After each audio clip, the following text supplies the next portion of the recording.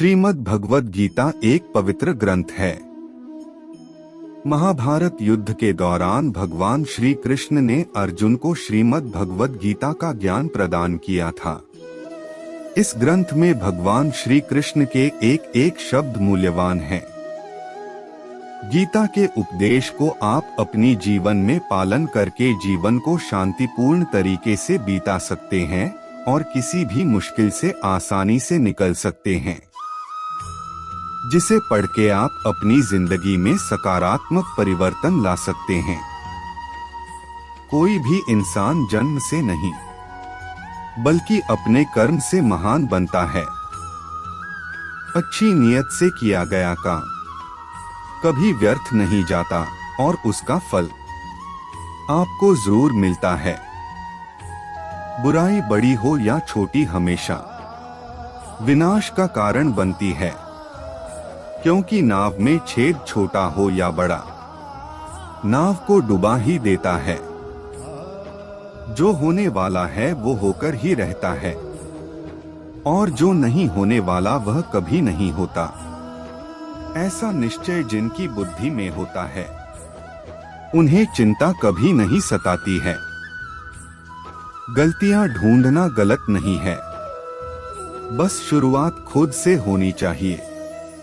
निर्णय लेते समय ना ज्यादा खुश हो ना ज्यादा दुखी हो, ये दोनों परिस्थितियां आपको सही निर्णय लेने नहीं देती। सत्य कभी दावा नहीं करता कि मैं सत्य हूं, लेकिन झूठ हमेशा दावा करता है कि सिर्फ मैं ही सत्य हूं। कर्म करो, फल की चिंता मत करो। गीता में कहा गया है, कोई भी अपने कर्म से भाग नहीं सकता। कर्म का फल तो भुगतना ही पड़ता है।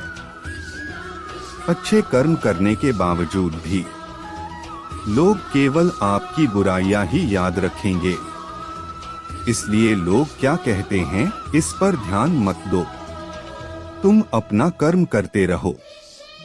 फल की अभिलाषा छोड़कर कर्म करने वाला पुरुष ही अपने जीवन को सफल बनाता है।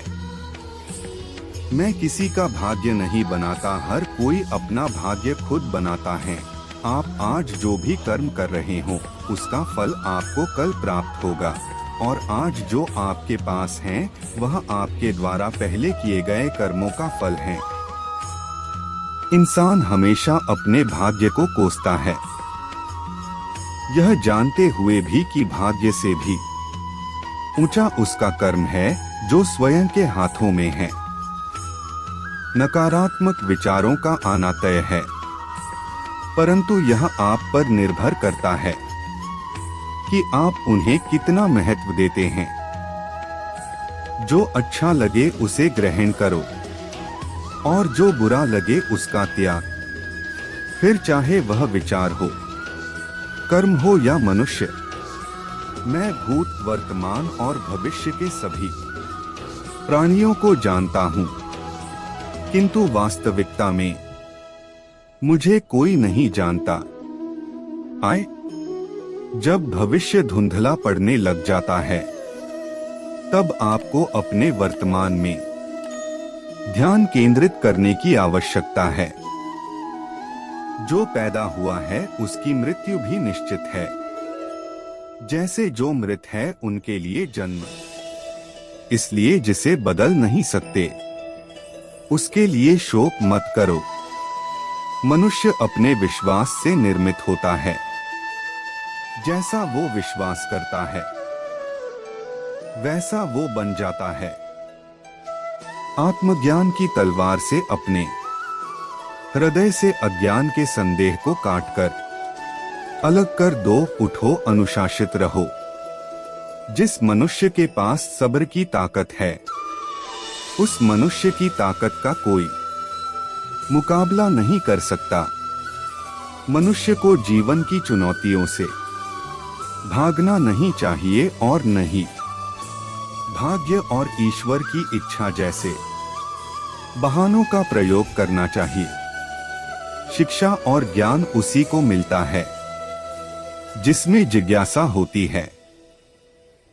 जिस प्रकार अग्नि सोने को परखता है, उसी प्रकार संकट वीर पुरुष को।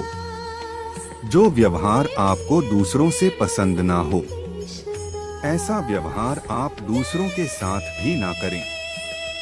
एक अनुशासित व्यक्ति ही अपना तथा समाज व देश का विकास कर सकता है। अगर आपको कोई अच्छा लगता है तो अच्छा वो नहीं बल्कि अच्छे आप हो, क्योंकि उसमें अच्छाई देखने वाली नजर आपके पास है।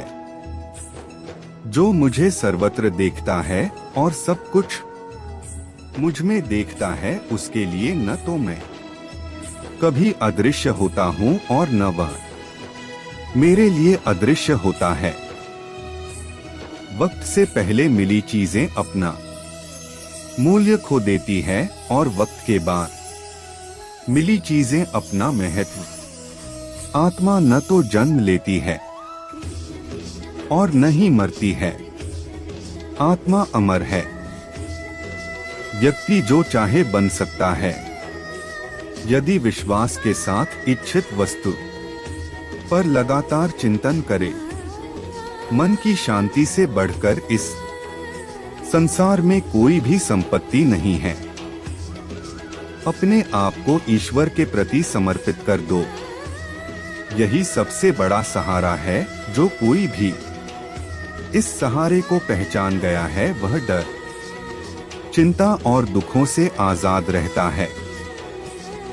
ज्यादा खुश होने पर और ज्यादा दुखी होने पर निर्णय नहीं लेना चाहिए, क्योंकि यह दोनों परिस्थितियां आपको सही निर्णय नहीं लेने देती हैं। जब इंसान अपने काम में आनंद खोज लेते हैं, तब वे पूर्णता प्राप्त करते हैं।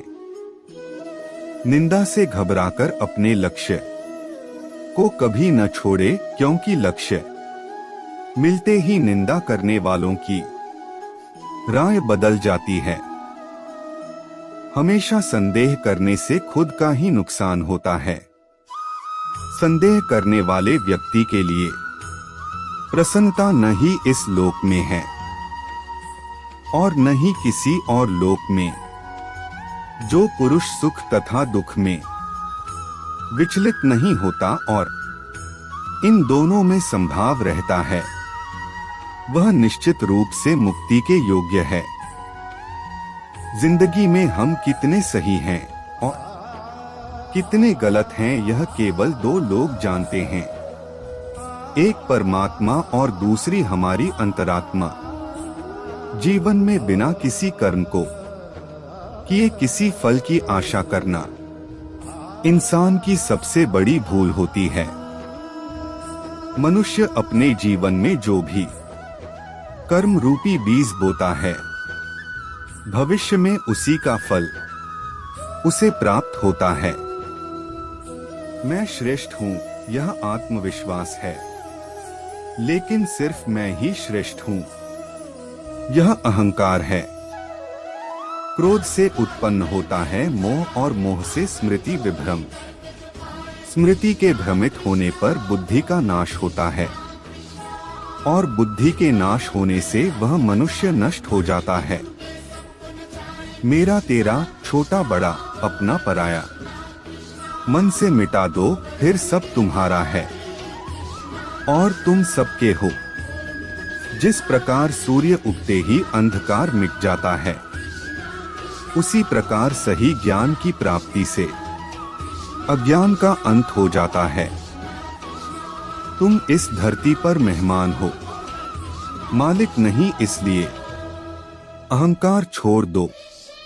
अकेले रहना तुम्हें यह भी सिखाता है कि वास्तव में तुम्हारे पास स्वयं के अलावा और कुछ भी नहीं। निराश ना होना। कमजोर तेरा वक्त है, तू नहीं। जैसे समुद्र के पार जाने के लिए नाव ही एकमात्र साधन है, वैसे ही स्वर्ग में जाने के लिए सत्य ही एकमात्र सीढ़ी है, कुछ और नहीं। मनुष्य जिस रूप में ईश्वर को याद करता है, ईश्वर भी उसे उसी रूप में दर्शन देते हैं। खुद को जीवन के योग्य बनाना ही सफलता और सुख का एकमात्र मार्ग है। जिस प्रकार मनुष्य पुराने कपड़ों को त्याग कर नए कपड़े धारण करता है, उसी प्रकार आत्मा पुराने तथा व्यर्थ के शरीरों को त्याग कर नया भौतिक शरीर धारण करता है। जो मनुष्य अपने कर्मफल प्रति निश्चिंत है और जो अपने कर्तव्य का पालन करता है, वही असली योगी है। मनुष्य अपने विचारों से ऊंचाइयां में भी हो सकता है और खुद को गिरा भी सकता है, क्योंकि हर व्यक्ति खुद का मित्र भी होता है और शत्रु भी। न तो यह शरीर तुम्हारा है और न ही तुम इस शरीर के मालिक हो। यह शरीर 5 तत्वों से बना है: आग, जल, वायु, पृथ्वी और आकाश। एक दिन यह शरीर इन्हीं 5 तत्वों में विलीन हो जाएगा।